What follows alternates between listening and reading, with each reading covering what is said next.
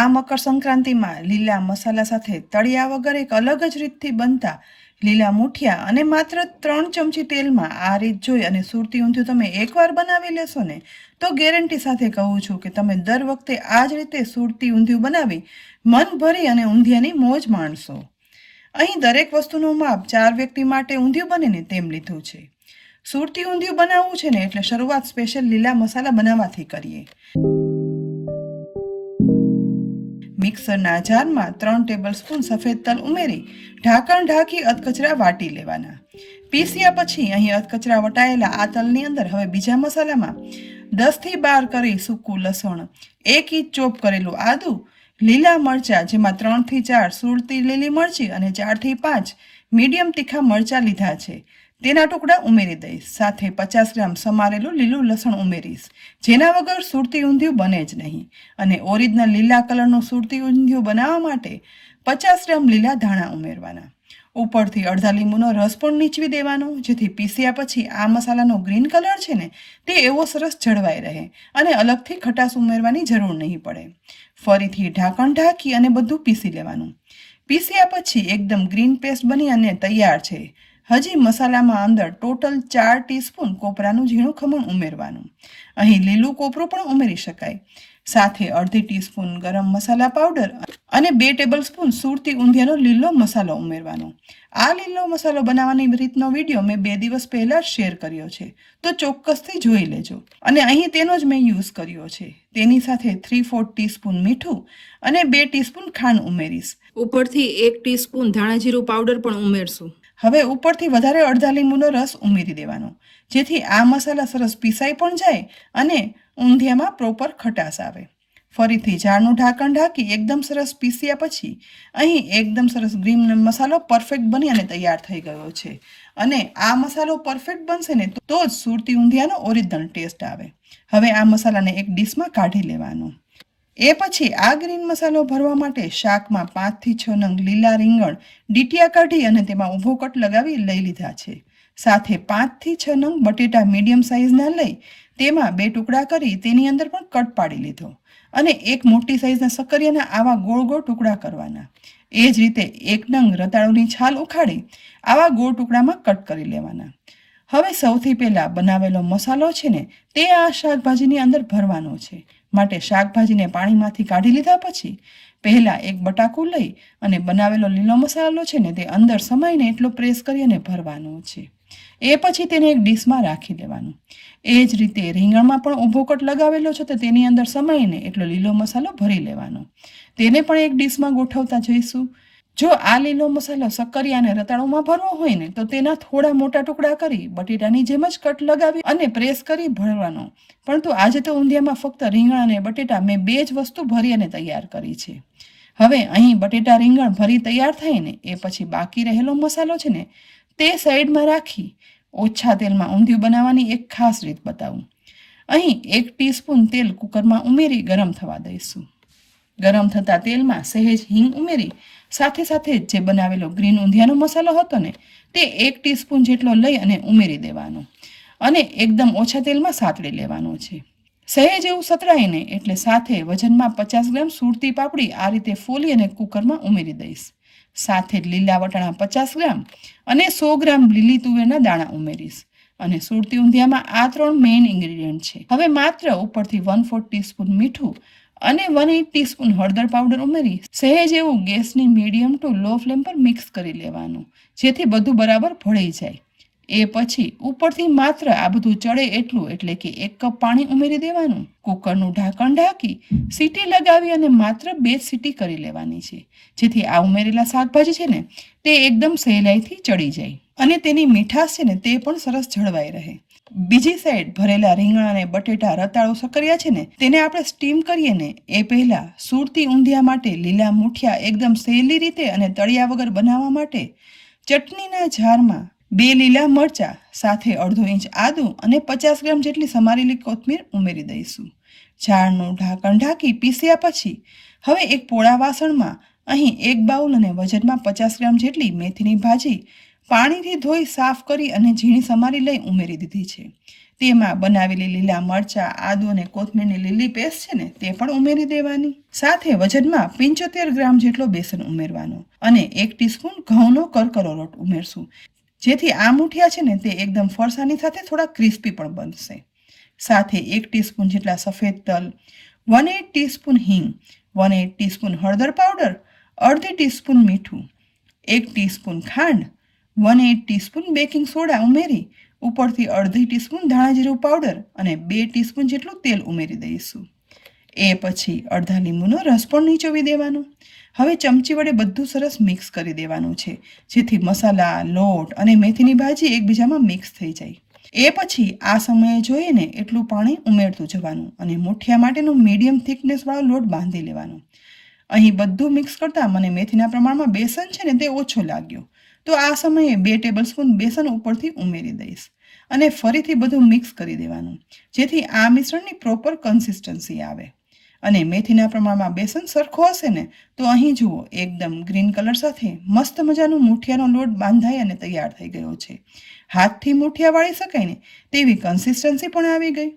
તો મુઠિયા વાળવા પહેલાં એક હોલવાળી ડીશ લઈ તેની અંદર તેલ લગાવી લેવાનું.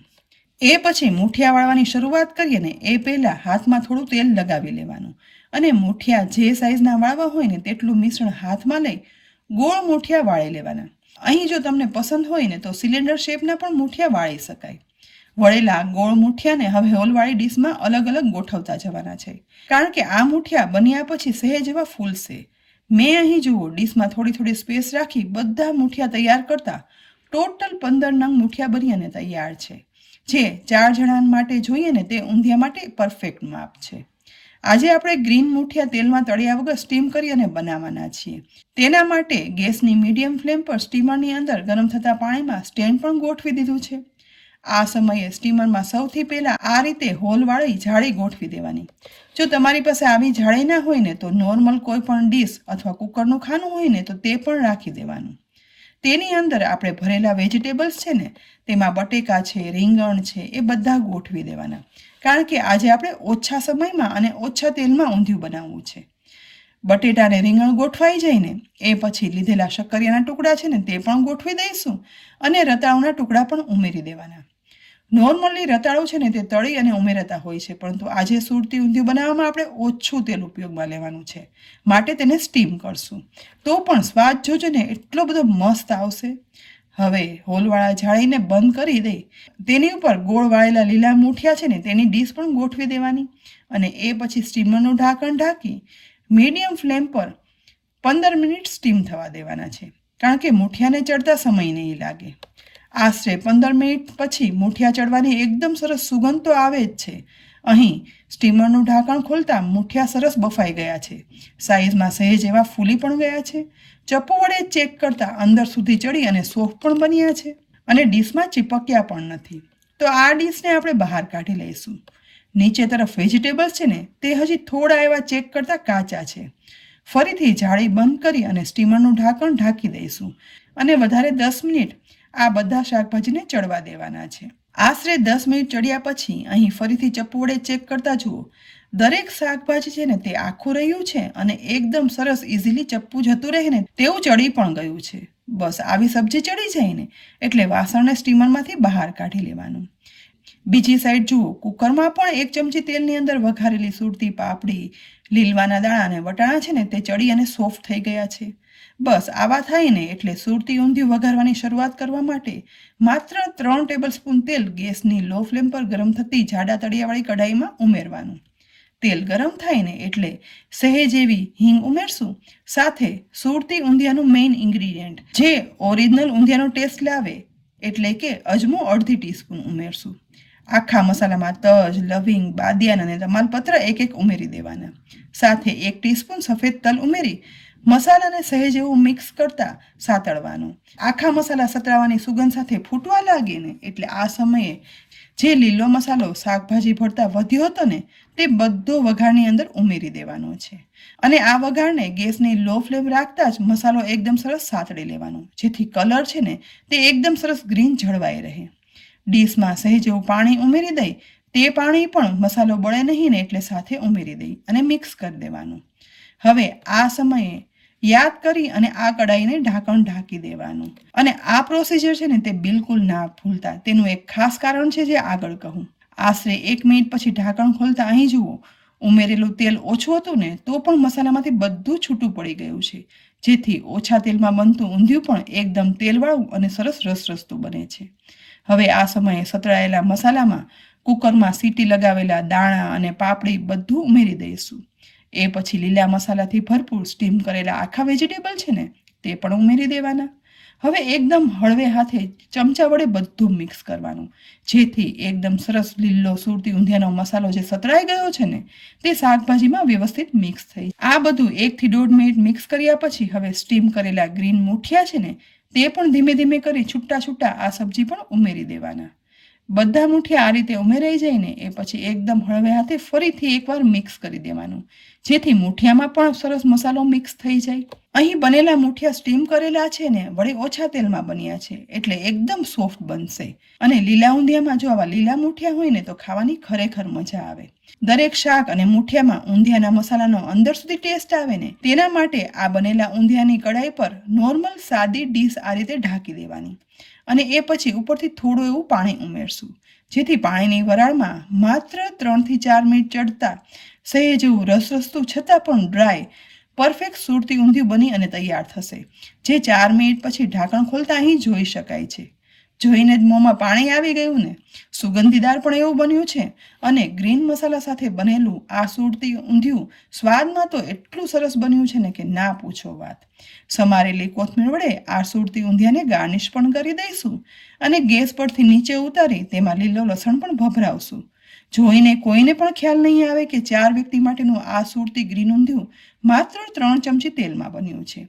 ગરમા ગરમ ઊંધિયું પૂરી સાથે પીરસો કે પછી જલેબી સાથે ઓછા તેલમાં બનેલું મકર સંક્રાંતિના દિવસે મન ભરી આ સુરતી ઊંધિયું ખાઈ શકાય, ઓરિજિનલ સ્વાદ સાથે હેલ્ધી પણ ખરું. તો ફ્રેન્ડ્સ, આજે જ મકર સંક્રાંતિની આ રેસીપી જોઈ અને તમને ખરેખર ઉપયોગી લાગી હોય ને તો લાઈક કરી અને શેર કરજો. અને સુરતી ઊંધિયાની આ રેસીપી કેવી લાગી કોમેન્ટમાં પણ લખજો. તેની સાથે જ અમારી યુટ્યુબ ચેનલ સબસ્ક્રાઈબ કરી અમારા ફેસબુક પેજને લાઈક કરી અને ફોલો કરી લેજો, જેથી આવનારી અનેક ઉપયોગી રેસીપીના અપડેટ્સ તમને તુરંત જ મળે. આવતીકાલે ફરી મળશું એક નવી રેસીપી સાથે. ત્યાં સુધી આવજો.